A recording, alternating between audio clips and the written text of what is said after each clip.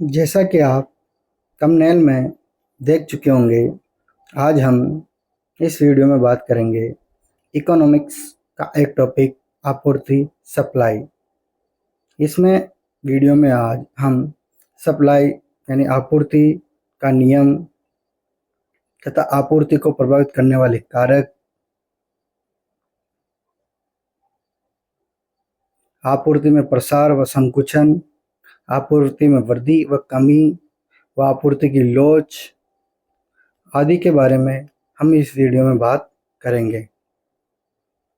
तो शुरू करते हैं आज की वीडियो। जब कोई उत्पादनकर्ता किसी वस्तु की एक निश्चित मात्रा किसी दिए गए मूल्य पर बाजार में बिक्री हेतु उपलब्ध कराता है तो उसे हम उस वस्तु की आपूर्ति कहते हैं। जब कोई उत्पादनकर्ता जो किसी सामान का उत्पादन करता है तो वो किसी वस्तु की जो निश्चित मात्रा होता है, निश्चित क्वांटिटी होती है, किसी दिए गए मूल्य पर, जो निश्चित मूल्य पर बाजार में बिक्री हेतु उपलब्ध कराता है तो उसे हम उस वस्तु की आपूर्ति या पूर्ति कहते हैं। आपूर्ति को निर्धारित करने वाले तत्व, जो आपूर्ति है ये पूर्ति है, इसको कौन कौन से फैक्टर है जो निर्धारित करते हैं आपूर्ति को निर्धारित करने वाले तत्व। मात्रा, क्वांटिटी आपूर्ति को प्रभावित करती है। मूल्य, प्राइस, यह भी आपूर्ति को प्रभावित करती है। समय, टाइम आपूर्ति को प्रभावित करती है। बाजार में बिक्री हेतु उपलब्धता, यह भी आपूर्ति को प्रभावित करती है। बाजार में बिक्री हेतु उपलब्धता कराता है, ये सब सारे कारक बाजार में उपलब्ध हेतु आपूर्ति को प्रभावित कराता है। लॉ ऑफ सप्लाई, आपूर्ति का नियम। वस्तु के मूल्य तथा उसकी आपूर्ति में अनुक्रमानुपातिक धनात्मक संबंध होता है। जो वस्तु का जो मूल्य होता है, वस्तु का जो मूल्य होता है प्राइस, तथा उसकी जो आपूर्ति होती है, सप्लाई होती है, उसमें अनुक्रमानुपाती यानी धनात्मक संबंध होता है। यदि वस्तु का मूल्य बढ़ता है तो सप्लाई बढ़ती है और वस्तु का मूल्य घटता है तो सप्लाई भी कम होती है। दोनों में धनात्मक संबंध होता है। अर्थात आपूर्ति का नियम कहता है कि जब किसी वस्तु का मूल्य बढ़ता है तो उसकी आपूर्ति भी बढ़ती है, यानी किसी भी वस्तु की जो प्राइस है, मूल्य बढ़ता है तो उसकी आपूर्ति बढ़ती है। तथा जब किसी वस्तु का मूल्य घटता है, यानी किसी वस्तु का जो मूल्य घटता है तो उसकी जो आपूर्ति है यानी सप्लाई है वो भी घटती है, डिक्रीज होती है। यानी किसी मूल्य के इंक्रीज होने पर जो सप्लाई है वो भी इंक्रीज होती है, और जब किसी वस्तु के जो मूल्य है वो डिक्रीज होने पर जो सप्लाई है वो भी डिक्रीज होगी। यह मांग का नियम है। और ऐसा तब होता है जब अन्य कारक स्थिर हो। ऐसा तभी होगा मांग के नियम में जब अन्य कारक, अन्य फैक्टर स्थिर हो। यानी जब वस्तु का मूल्य बढ़ता है तो जो सप्लाई है वह भी बढ़ती है, और जब वस्तु का मूल्य घटता है तो सप्लाई भी घटती है। आपूर्ति को प्रभावित करने वाले कारक वस्तु का मूल्य।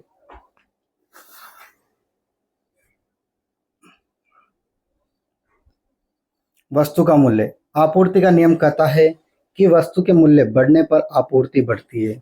जो आपूर्ति का नियम यह कहता है कि वस्तु का जो मूल्य है वह बढ़ने पर जो आपूर्ति यानी सप्लाई है वो बढ़ती है, क्योंकि बढ़ते मूल्य पर उत्पादनकर्ता को ज़्यादा लाभ होने की संभावना होती है। क्योंकि जो बढ़ता मूल्य होता है उसमें जो उत्पादन करता होता है उसको ज़्यादा लाभ होने की संभावना होती है, तब वस्तु का मूल्य कम होने पर आपूर्ति घटती है। यानी वस्तु का जो प्राइस होती है वो डिक्रीज होने पर जो आपूर्ति होती है, सप्लाई होती है, वो डिक्रीज होती है, क्योंकि घटते मूल्य पर उत्पादनकर्ता को लाभ घटने की संभावना होती है। इस प्रकार मूल्य आपूर्ति को प्रभावित करने में प्रत्यक्ष कारक की भूमिका निभाती है। यानी वस्तु का मूल्य प्रत्यक्ष रूप से भूमिका निभाता है। अन्य कारक, अदर फैक्टर, पहला है सरकार की नीतियां में पहला है कराधान नीति, टैक्स पॉलिसी। जब सरकार वस्तुओं पर ज़्यादा कर लगाती है, यानी जब सरकार वस्तु पर ज़्यादा टैक्स लगाती है तो वस्तु का मूल्य बाजार में बढ़ जाता है। जब सरकार वस्तु पर ज़्यादा टैक्स लगाती है तो जो वस्तु है, प्राइस है, उसका मूल्य बाजार में बढ़ जाता है।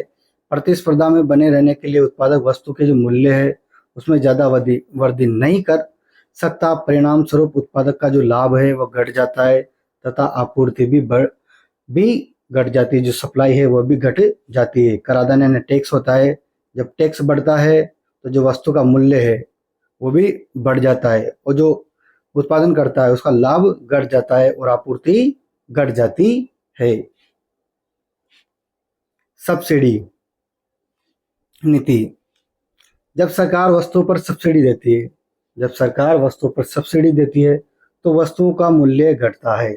जब सरकार किसी वस्तु पर सब्सिडी देती है तो जो उस वस्तु है उसका मूल्य डिक्रीज होता है, यानी घटता है, लेकिन उत्पादनकर्ता वस्तु का मूल्य नहीं घटाता, जिस कारण उसका लाभ बढ़ जाता है, अर्थात आपूर्ति भी बढ़ जाती है। यानी जब सरकार किसी वस्तु पर सब्सिडी देती है तो जो सब्सिडी देती है तो वस्तु का मूल्य होता है वो कम होता है और जो उत्पादनकर्ता होता है उसका लाभ बढ़ जाता है और जो आपूर्ति होती है वो भी बढ़ जाती है। इसमें उत्पादनकर्ता को लाभ होता है सब्सिडी के माध्यम से।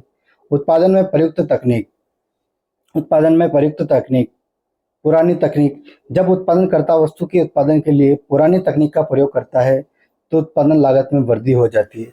जब उत्पादनकर्ता अपने प्रोडक्शन के लिए पुरानी टेक्नोलॉजी का प्रयोग करता है तो उत्पादन लागत में जो वृद्धि हो जाती है और उत्पादन लागत में वृद्धि होने से जो वस्तु है, जो थिंग्स है, गुड्स है, उसकी जो मूल्य है वो डिक्रीज हो जाता है। प्रतिस्पर्धा में बने रहने के लिए उत्पादन करता है, जो प्रोडक्शन करता है वो वस्तु का मूल्य ज़्यादा नहीं बढ़ा सकता। परिणाम स्वरूप उत्पादनकर्ता का लाभ घट जाता है तथा आपूर्ति भी घट जाती है, यानी जो उत्पादनकर्ता का प्रॉफिट है वो डिक्रीज हो जाता है और जो सप्लाई है वह भी घट जाती है। यानी पुरानी तकनीक का उपयोग करने से जो उत्पादन लागत है उसमें मूल्य तो बढ़ता है और जो लाभ है उत्पादनकर्ता का वो घटता है और आपूर्ति भी घटती है, सप्लाई भी घटती है। नई तकनीकी, उन्नत तकनीकी का प्रयोग, जब उत्पादनकर्ता किसी वस्तु के उत्पादन में उन्नत तकनीकी का प्रयोग करता है, जब उत्पादनकर्ता किसी वस्तु के उत्पादन में उन्नत तकनीक का प्रयोग करता है तो उत्पादन लागत में कमी आती है। जो प्रोडक्शन कॉस्ट है उसमें क्या होती है, कमी आती है। उत्पादन लागत में जो कमी आने से वस्तु का जो मूल्य है वो डिक्रीज होता है, बढ़ता है। वस्तु का मूल्य है जो इंक्रीज होता है, घटता है, किंतु जो उत्पादन करता है बाजार मूल्य पर ही वस्तु को बेचता है। जो उत्पादन करता है जो मार्केट प्राइस पर ही वस्तु को क्या करता है, बेचता है। परिणाम स्वरूप लाभ बढ़ जाता है तथा उसकी जो सप्लाई है वह भी बढ़ जाती है। उन्नत तकनीकी के प्रयोग से जो उत्पादन लागत है वो कम रहता है और जो मूल्य होता है वो भी कम रहता है और जो उत्पादनकर्ता का लाभ होता है वो बढ़ जाता है और आपूर्ति भी बढ़ जाती है। कारक आगतों का मूल्य, जब कारक आगतों का मूल्य अधिक होता है तो उत्पादन लागत बढ़ती है। उत्पादन लागत बढ़ने से वस्तु का मूल्य बढ़ता है। प्रतिस्पर्धा में बने रहने के लिए उत्पादनकर्ता मूल्य में ज़्यादा वृद्धि नहीं कर सकता। परिणाम स्वरूप लाभ घटता है तथा आपूर्ति भी घटती है। जब कारक लागतों में मूल्य अधिक होता है तो उत्पादन लागत भी बढ़ती है। उत्पादन लागत में बढ़ने से वस्तु का मूल्य बढ़ता है। प्रतिस्पर्धा में बने रहने के लिए उत्पादनकर्ता मूल्य में ज़्यादा वृद्धि नहीं कर सकता। परिणाम स्वरूप लाभ घटता है तथा आपूर्ति भी घटती है।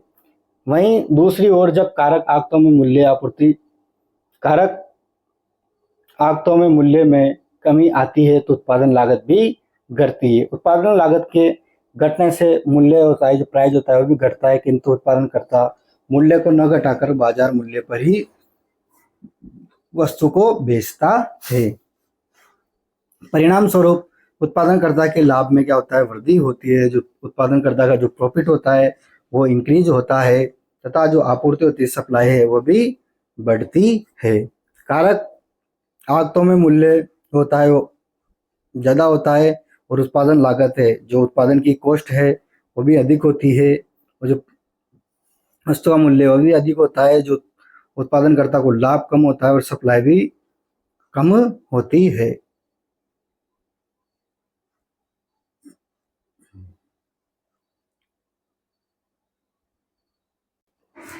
संबंधित वस्तुओं के मूल्य। संबंधित वस्तुओं के मूल्य भी आपूर्ति को प्रभावित करते हैं। जो संबंधित वस्तुओं के मूल्य है वो भी जो आपूर्ति है, सप्लाई है, उसको भी इफेक्ट करते हैं। जैसे यदि किसान के पास गेहूं व गन्ना उगाने का विकल्प होता है, जैसे यदि किसान के पास गेहूं व गन्ना उगाने का विकल्प होता है तो किसान दोनों का उत्पादन कर रहा होता है, किंतु किसी समय किसान को यह पता चलता है कि गन्ने को बेचकर और ज़्यादा लाभ प्राप्त हो सकता है, तो गन्ने के मूल्य में वृद्धि संभव है। वह अपने संसाधनों में गेहूं के उत्पादन से निकालकर गन्ने के उत्पादन में लगा देता है। परिणाम स्वरूप गन्ने की जो सप्लाई है उसमें क्या होता है, वृद्धि हो जाता है, ग्रोथ हो जाती है, तथा जो गेहूं की जो सप्लाई है उसमें कमी हो जाती है। उत्पादनकर्ता के उद्देश्य। जो उत्पादनकर्ता का पर्पज है वो भी आपूर्ति को प्रभावित करता है। सामान्यतः उत्पादनकर्ताओं का जो उद्देश्य है अधिक से अधिक लाभ कमाना होता है। जो उत्पादनकर्ता होता है उसका जो उद्देश्य होता है, पर्पज होता है, अधिक से अधिक लाभ कमाना होता है, यानी प्रॉफिट कमाना होता है। इस हिस्से में यदि उनका लाभ बढ़ता है तो आपूर्ति भी बढ़ती है, यानी इस हिस्से में यदि उनका जो लाभ है वो प्रॉफिट बढ़ता है तो इस हिस्से में जो आपूर्ति है, सप्लाई है, वह भी बढ़ती है।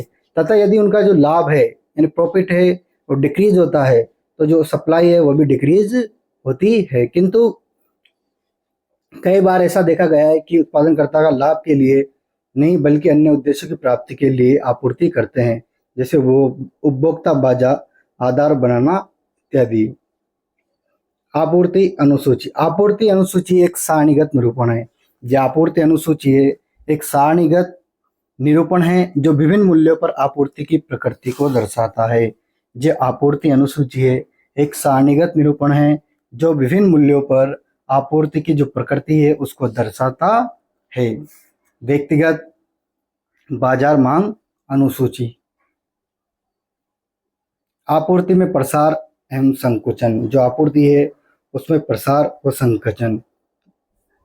इसमें क्या होता है, मूल्य तो परिवर्तित रहता है, जो अन्य कारक है, अन्य फैक्टर है वो क्या रहते हैं, स्थिर रहते हैं। माना कि मूल्य परिवर्तित है तथा जो अन्य कारक है, अन्य फैक्टर है स्थिर है, तो यदि मूल्य में वृद्धि होती है, यदि किसी वस्तु के मूल्य में जो वृद्धि होती है तो आपूर्ति वक्र ऊपर की ओर चलना पड़ता है और ऊपर की ओर चलने से आपूर्ति बढ़ती है, जिसे हम आपूर्ति में प्रसार कहते हैं। यदि मूल्य परिवर्तित रहता है और जो अन्य कारक है, अन्य फैक्टर है वो स्थिर रहने पर जो मूल्य में उसमें वृद्धि होती है तो आपूर्ति वक्र ऊपर की ओर चलना पड़ता है, ऊपर की ओर बढ़ता है और ऊपर की ओर चलने से आपूर्ति बढ़ती है, जिससे हम आपूर्ति में प्रसार कहते हैं।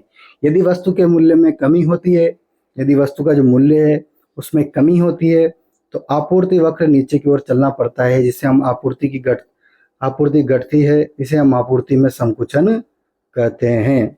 आपूर्ति वक्र नीचे की ओर चलने पर आपूर्ति में संकुचन होता है। जो आपूर्ति वक्र है नीचे की ओर चलता है तो उसे आपूर्ति में संकुचन कहते हैं, और जो आपूर्ति वक्र है ऊपर की ओर चलने से आपूर्ति वक्र में प्रसार होता है।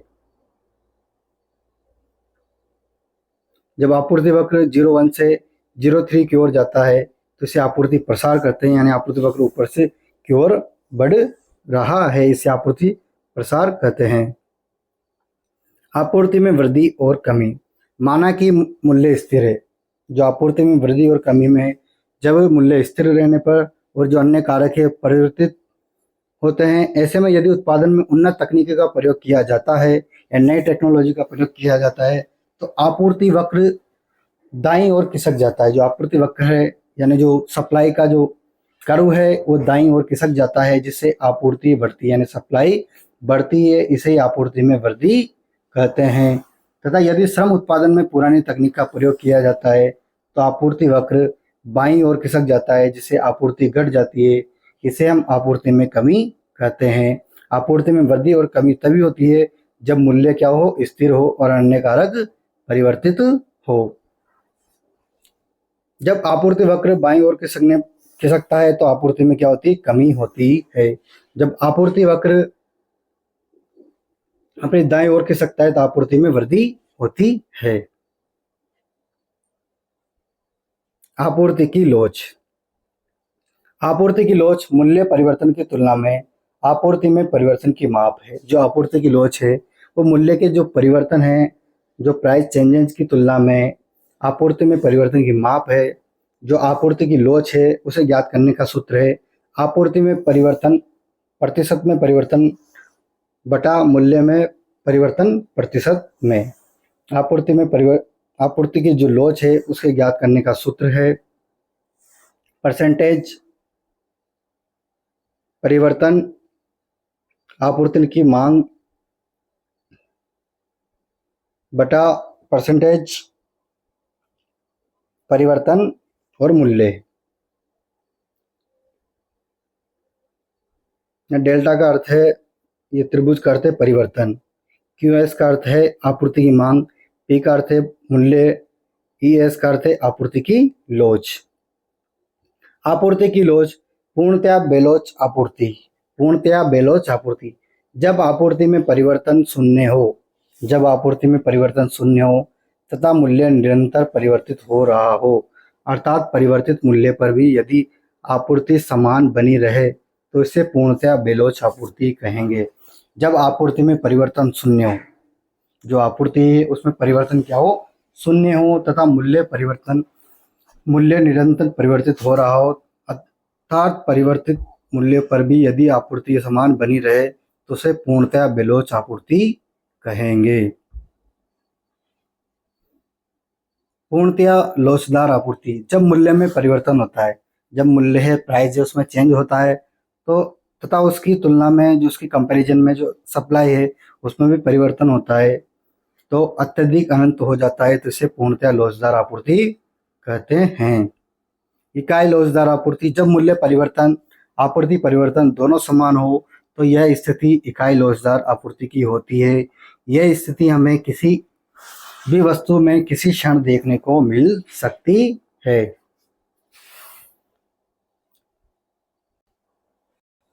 लोचदार आपूर्ति जब मूल्य परिवर्तन की तुलना में आपूर्ति में परिवर्तन अधिक हो तो इसे लोचदार आपूर्ति कहते हैं।